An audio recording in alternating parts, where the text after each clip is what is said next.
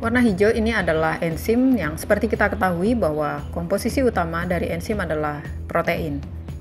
Nah, enzim yang kandungannya adalah protein disebut dengan enzim sederhana. Selain enzim sederhana ini, ada juga enzim kompleks. Enzim kompleks adalah enzim yang tersusun atas gabungan dari protein dan bukan protein. Enzim ini disebut dengan nama lain holoenzim. Gambar ini menunjukkan bagaimana enzim bisa melakukan kerjanya. Nah, yang bagian hijau itu adalah enzim, sedangkan yang warna orange ini adalah substratnya. Dan yang berlekuk itu adalah sisi aktif dari enzim. Disinilah nanti substrat akan menempel dan membentuk sebuah kompleks.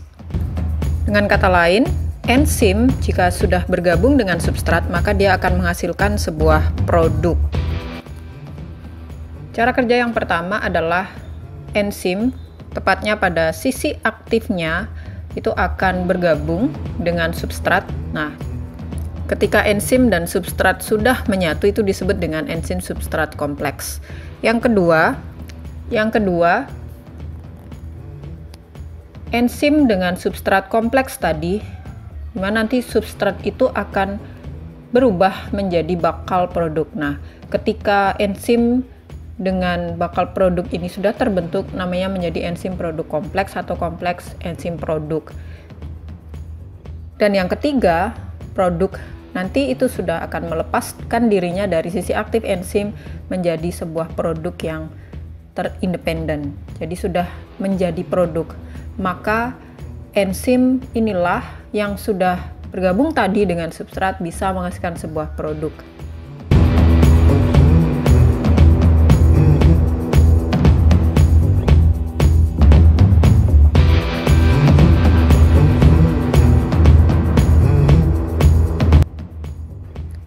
Ada dua teori kerja dari enzim.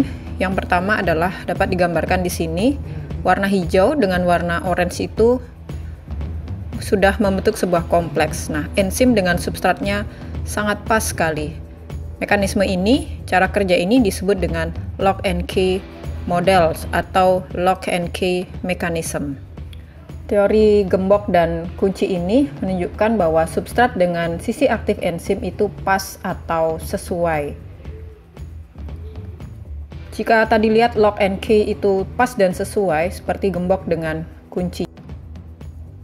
Sedangkan model yang berikut ini adalah jika dilihat sisi aktif enzim itu berlekuk. Nah, substratnya dengan sisi aktif enzim itu tidak sama. Tidak bisa substrat menempel pada sisi aktif enzim. Oleh sebab itu, enzim menyesuaikan dirinya dengan cara sisi aktif enzim menyesuaikan substratnya. Mekanisme ini disebut dengan induced fit theory atau induksi kesesuaian model atau model induksi kecocokan. Cara kerja enzim ini dipengaruhi oleh salah satu hal, yaitu penghambat. Nah, penghambat ini kata lainnya adalah inhibitor. Dengan adanya inhibitor, maka enzim tidak dapat bergabung dengan substrat, oleh sebab itu tidak akan ada produk yang dapat dihasilkan. Yang pertama adalah inhibitor kompetitor. Nah, jika dilihat di sini, substrat dengan kompetitornya itu sama, sehingga yang melekat pada sisi aktif enzim itu adalah kompetitornya. Nah, sekarang enzim bergabung dengan kompetitor menyebabkan tidak akan ada kompleks enzim substrat yang terbentuk. Oleh sebab itu, jadinya tidak akan ada kompleks enzim produk, sehingga tidak ada produk yang dihasilkan karena ada kompetitor itu tadi. Inhibitor yang lain adalah enzim, substrat, dan kompetitor. Kompetitor ini tidak melekat pada sisi aktif dari enzim, tetapi kompetitor melekat pada sisi yang lain dari enzim, yang menyebabkan akhirnya enzim itu jadi berubah, sehingga menyebabkan juga sisi aktifnya berubah bentuknya, sehingga substrat tak sesuai lagi untuk menempel pada sisi aktif enzim. Jika inhibitor seperti ini disebut sebagai inhibitor non-kompetitif.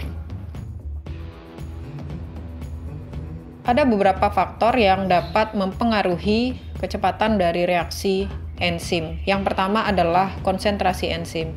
Semakin meningkat konsentrasi enzim, maka laju reaksinya juga akan semakin meningkat. Hal ini akan menjadikan banyak dibentuknya kompleks-kompleks enzim substrat.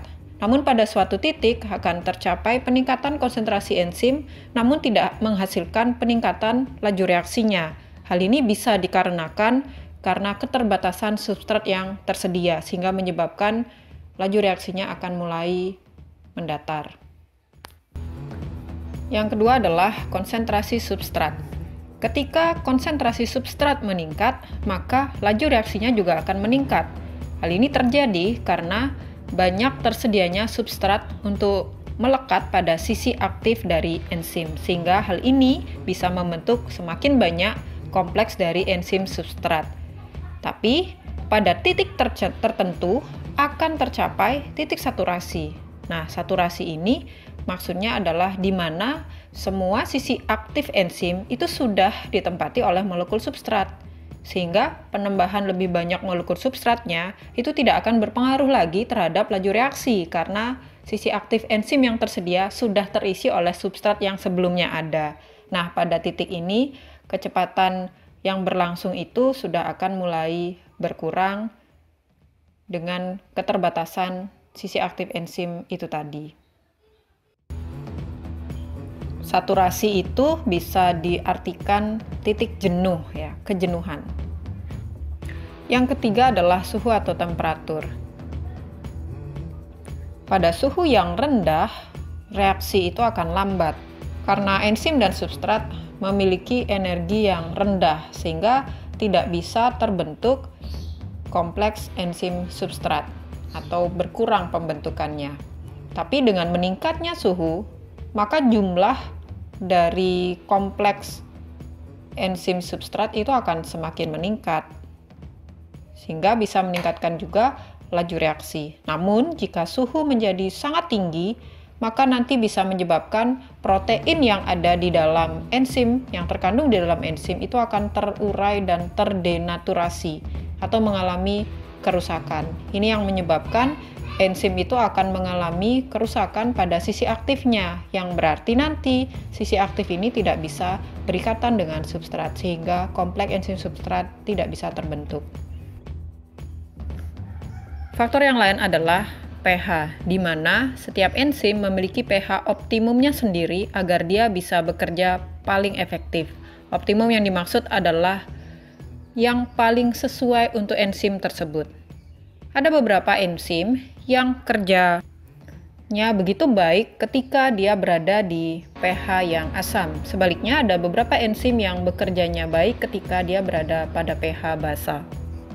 Salah satu contohnya adalah pepsim yang bisa optimum bekerja di lingkungan yang asam, dan contoh lainnya adalah amilase yang optimum bekerja pada pH basa.